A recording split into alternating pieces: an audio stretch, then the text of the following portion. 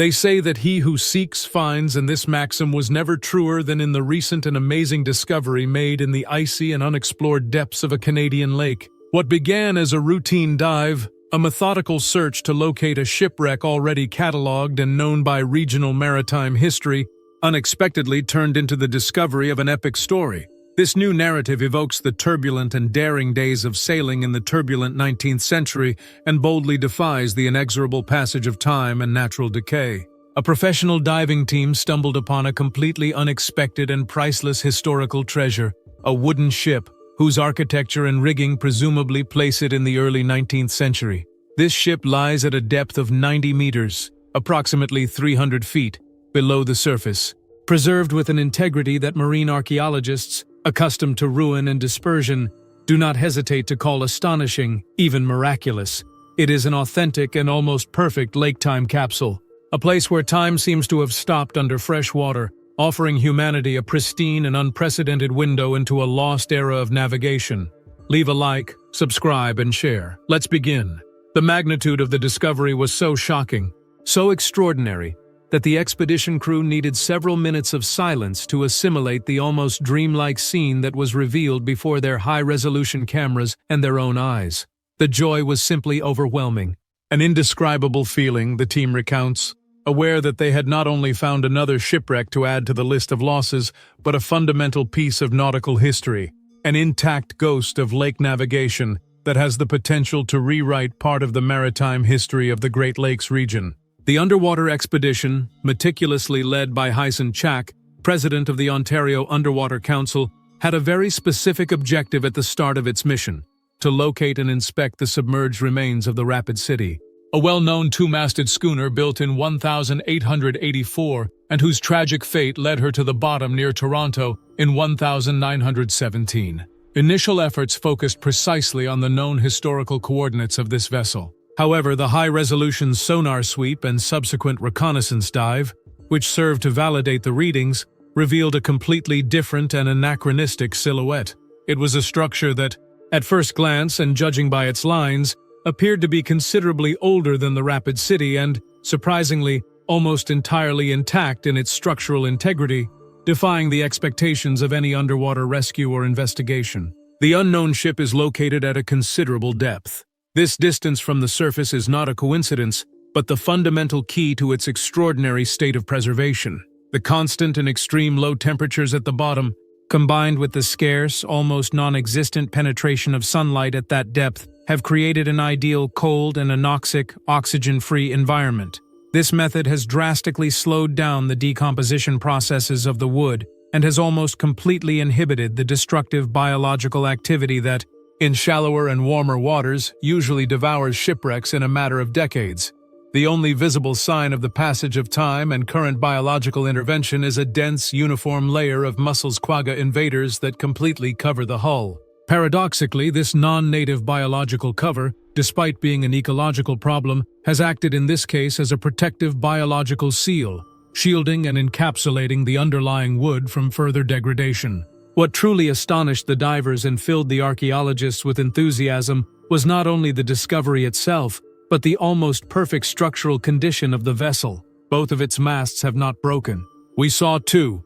Both masts were standing and complete, which is frankly rare and a testament to their isolation, the team notes with palpable amazement. In the vast majority of shipwrecks, regardless of their age, the masts are invariably the first vertical structures to collapse, whether from the violent impact of sinking, the constant erosion caused by the subsequent movement of the waters, or, more commonly, damage inflicted by the anchors of other ships, or the often destructive intervention of curious divers or relic thieves over the years. In this unique case, the isolation and depth have preserved a shipwreck scene just as it must have occurred at the moment of its sinking more than a century ago. It is a rare, powerful, and deeply moving image that defies the laws of entropy and offers a direct window into maritime life and the exact circumstances of the sinking. The excitement of the discovery lies not only in its untouched beauty, but also in the crucial and concrete clues it offers to unravel its identity. For now, the name of the ship remains a mystery shrouded in algae and sediment. However, the divers detected a number of architectural and rigging details that unequivocally point to a significant age, placing its construction possibly before the second half of the 19th century, moving the dating range towards the more formative and less documented period of navigation on the Great Lakes. The most solid and compelling key to provisionally dating the ship lies in the type and composition of its rigging materials. The divers noted that the ship appeared to have been heavily used natural fiber rope rigging. This detail is crucial for the maritime chronology of the time since rope deteriorates over time and disintegrates much more quickly than steel or iron cable. The fact that this rope rigging has remained relatively recognizable, albeit covered, suggests that the shipwreck occurred before the popularization and widespread implementation of more durable and robust rigging methods. Cable rigging, which takes much longer to deteriorate and withstands harsh weather better, did not become common on Great Lakes vessels until after 1850, the experts add.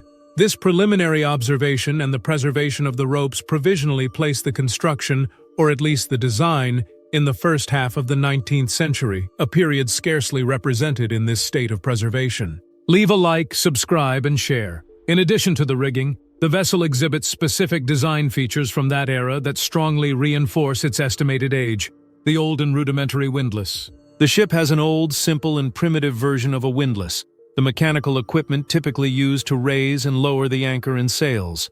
The evolution and modernization of this mechanism is a fundamental chronological marker for maritime historians. Its rudimentary design, lacking mid-century refinements, indicates an earlier model, key absence of post-1850. Equipment. It lacks several elements of machinery and design that would become common, almost standard, later in the 19th century.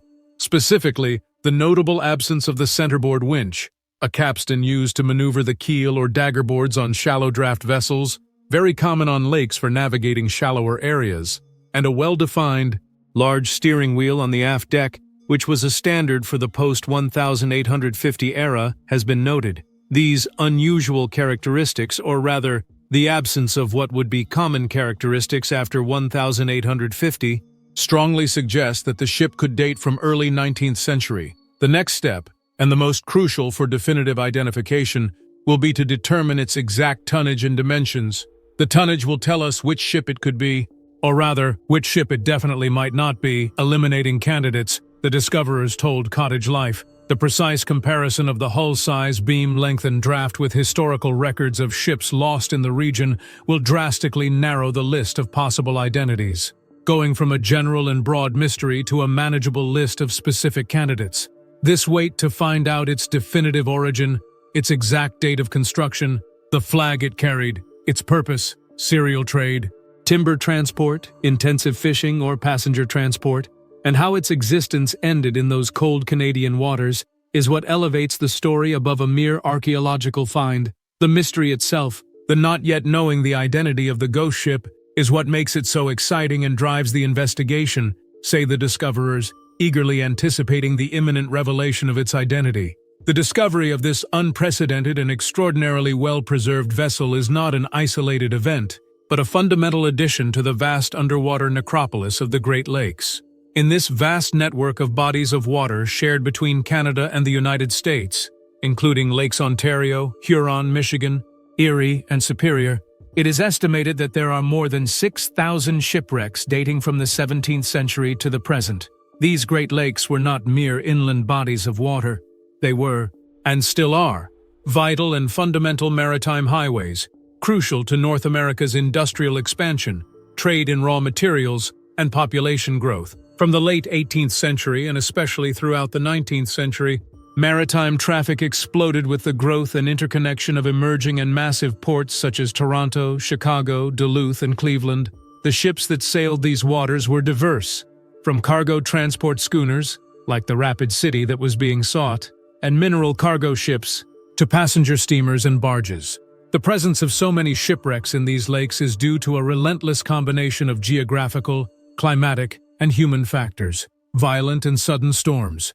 Lakes are prone to sudden storms, often called whiteouts or witches of November, of great violence with waves that can rival ocean waves in height, especially during the dangerous autumn period. Shallows, reefs, and poor cartography. Navigation was made dangerously complex by the numerous shallow areas, hidden rocky reefs, and the difficulty of accurate cartography in the 19th century. Seasonal freezing and ice. Seasonal ice and the formation of nascent icebergs in winter were a constant and deadly threat to wooden hulls. Heavy traffic collisions. The intense and sometimes chaotic maritime traffic, especially in narrow channels and harbor entrances, caused frequent and catastrophic collisions.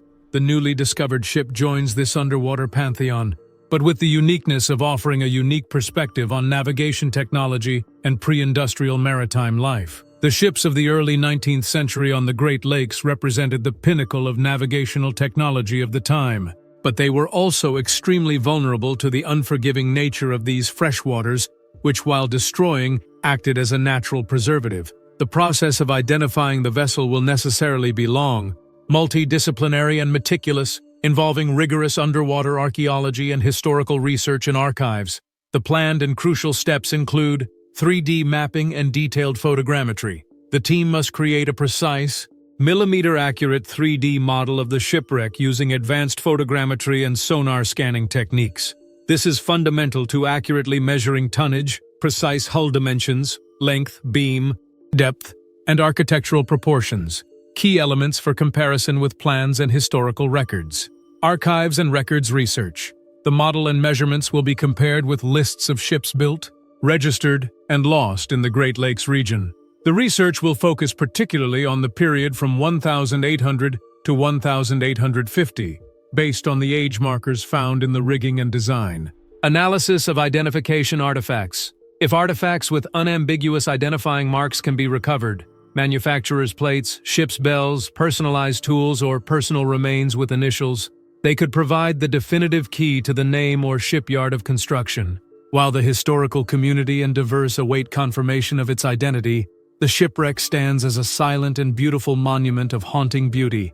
Its completely undisturbed state is a powerful and fascinating reminder of how lakes can preserve the past. Artifacts on the ocean floor are often scattered or disintegrated by powerful salt currents, accelerated oxidation, and voracious marine life. In cold fresh water, especially at great depths, corrosion and biological destruction slow down dramatically over centuries, allowing history to be preserved in a way that is rarely seen. This discovery is not just an archaeological find, it is a human story frozen in time. It is the potential narrative of a crew, of a final commercial or exploratory voyage, and of a moment when fate decided that this particular ship would not disintegrate, but would wait patiently, under 90 meters of water, to be found and understood by a new generation.